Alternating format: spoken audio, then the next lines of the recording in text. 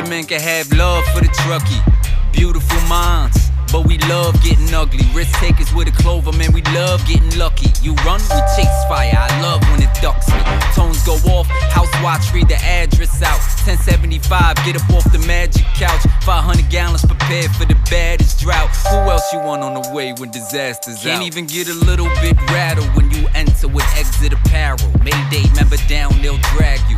You won't get this from every Tom, Dick, and Harold, but here's a view from the top floor with Mickey Farrell. Hey, what's going on, guys? Welcome back to another episode of The View from the Top Floor. Another street talk today. Unfortunately, I am inside a cafe on the Upper West Side. Today I'm on 76 on Broadway, 32 degrees outside, so I'm not doing the street talk in the street today. Next few months or so, we'll be inside doing this. A couple of things I want to touch on. Number one, power without purpose on the Fireground is where we lack discipline. Meaning that we're all good at our job to a certain level. Right? And we're all type A personalities, and we have to survive on the Fireground, the fire floor, and the floors above. It's just a matter of fact. It's the way it is.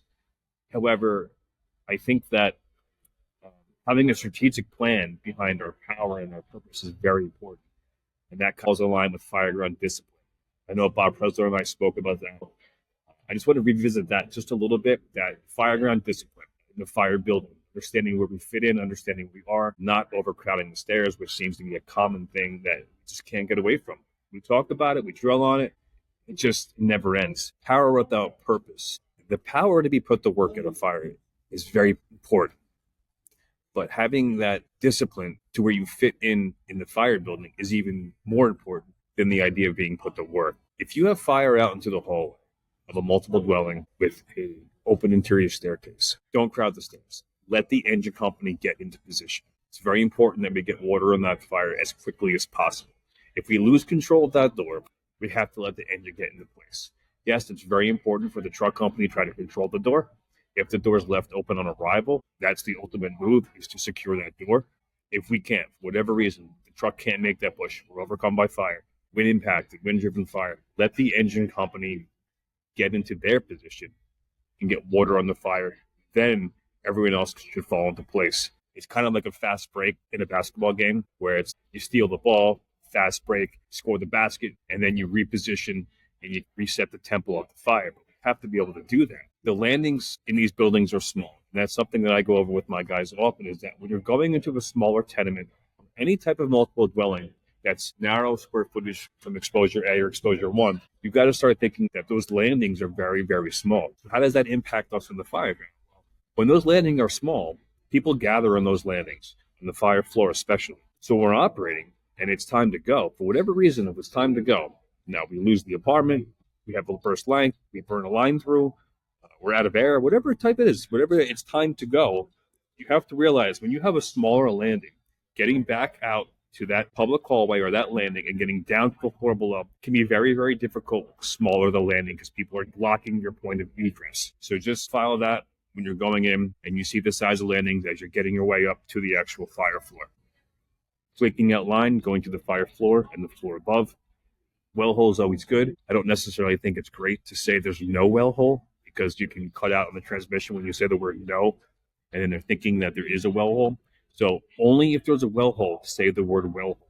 Don't say no well, because that can set guys up for failure if they miss that no transmission.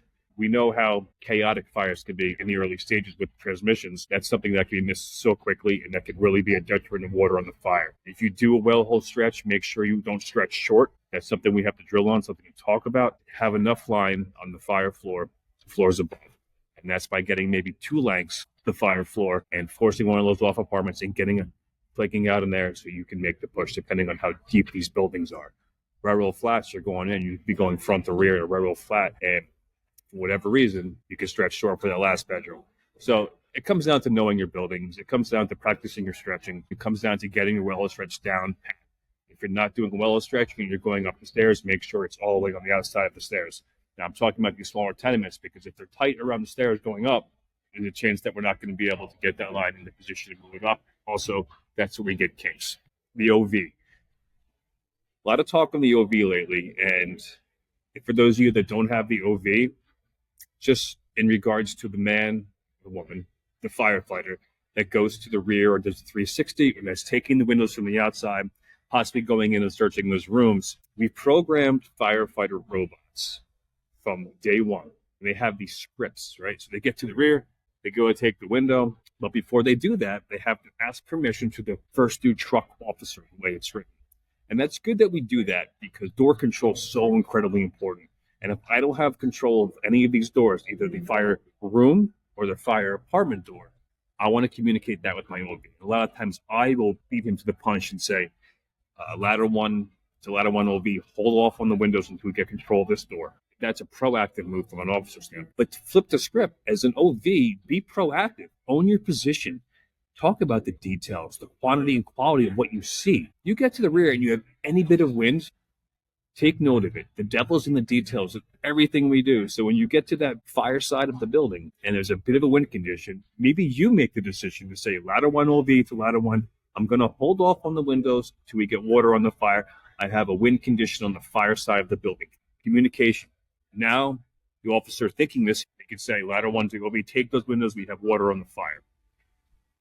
No wind condition. Well, you don't necessarily always have to ask. We're programmed to ask, and we should be asking. The books say to ask for permission. If you're calling your officer and he's not answering, don't wait for him to give you permission. If you've asked for permission and you know it's time to go, you're going to miss the fire. There's an internal clock in everything we do. From being in the stairs or Fireground discipline, if you're stuck in those stairs and you realize you're not moving anywhere and you're trying to get into the fire department, you're trying to get a floor above, realize that internal clock's ticking. When you feel like you're not doing anything and that you're missing the fire, well, you are. You have to pivot in the moment and make a decision strategically what to do. That's proactive. That's being a quote-unquote aggressive firefighter. That's the word that everyone loves to throw around the fire service. We've talked about that before. Being aggressive is just doing your job, and it's being good at your job. Meaning when you know it's time to do something, do it. Make that move and pivot. Pivoting in the moment will allow you to succeed and gain position on the fire. Everything leading up to that is to gaining position on the fire. We've talked about VES, VEIS, all these acronyms.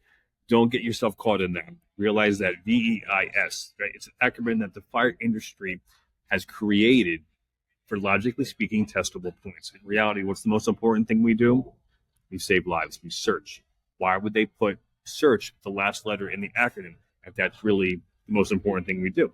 It's the fire industry selling books, making tests. It's not realistically the understanding of firefighting. It's simply the path we take to gain position on the fire is what VEIS. It's not a form of search. It's a path we take and do our job. When you turn the corner as the OV or whoever that guy doing the 360 is, your search starts the second you get eyes on that building. Any jumpers, anyone showing in the window, anybody in the bushes that may have already jumped into the front bushes, on the alley side or in the side yard, maybe someone jumped into the garbage cans there.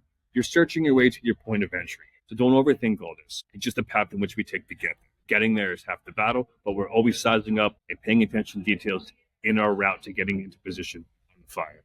That's the OV. Pay attention to the details while we gain position on the fire. That'll lead you to success. Giving a good report, saying that ladder one to command, not only is the rear clear, you can say ladder one to command, the two side and the rear is clear. If you get all sides of the building, because we see the one we arrive, if you can get two, if you have time, you get three, and then you can get four. You can say ladder one to command, it's clear all around. Just don't dismiss that fourth side. Now, if you can't get there, then you say it's clear on 1, 2, 3. 1, 2 rear, 2 rear, B rear, A rear. Whatever is your terminology is, be detailed in it. Is all I'm saying is be detailed. The last thing, there's this whole push on social media, just in general about life. It's saying don't give a fuck what people think of you. And that's important. There's some value in it. However, I have people in my life that I care deeply what they think of me. And that's important because I think it keeps you honest, it keeps you real, and there's accountability behind that. You have to have a board of directors in your life, the people that you look to for advice. When you do something that's off-centered, they'll let you know. You need to have that. It's checks and balances. It's like everything in life, you need checks and balances. Just by dismissing everything by saying, I don't give a fuck what you think of me, I think that you're setting yourself up for failure in the long run. So find those people in your life that you care what they think of you. Find those mentors. Find those senior firefighters. Not just at professional level, but in your personal level. Find the people that you want to be in good light and follow their guidance. That'll set you up for success. As well as having the attitude of not caring so much about the general public. That's success as well. But having that core values of people that you care about is very important. All right, guys? That's all I got. A couple things I wanted to touch on. Appreciate all the support. So I'll be in Mississippi on the 4th for my Fire Academy of the Fire Floor with Todd Edwards and Anthony Roab. Then 2 weeks after that, on the 18th, I'll be in Maryland doing my lithium-ion battery class and Fire Academy of the Fire Floor. Any questions about either of those classes or conferences, reach out to me and I'll get you the details, okay? All right, guys, thanks for the support, and I'll talk to you soon.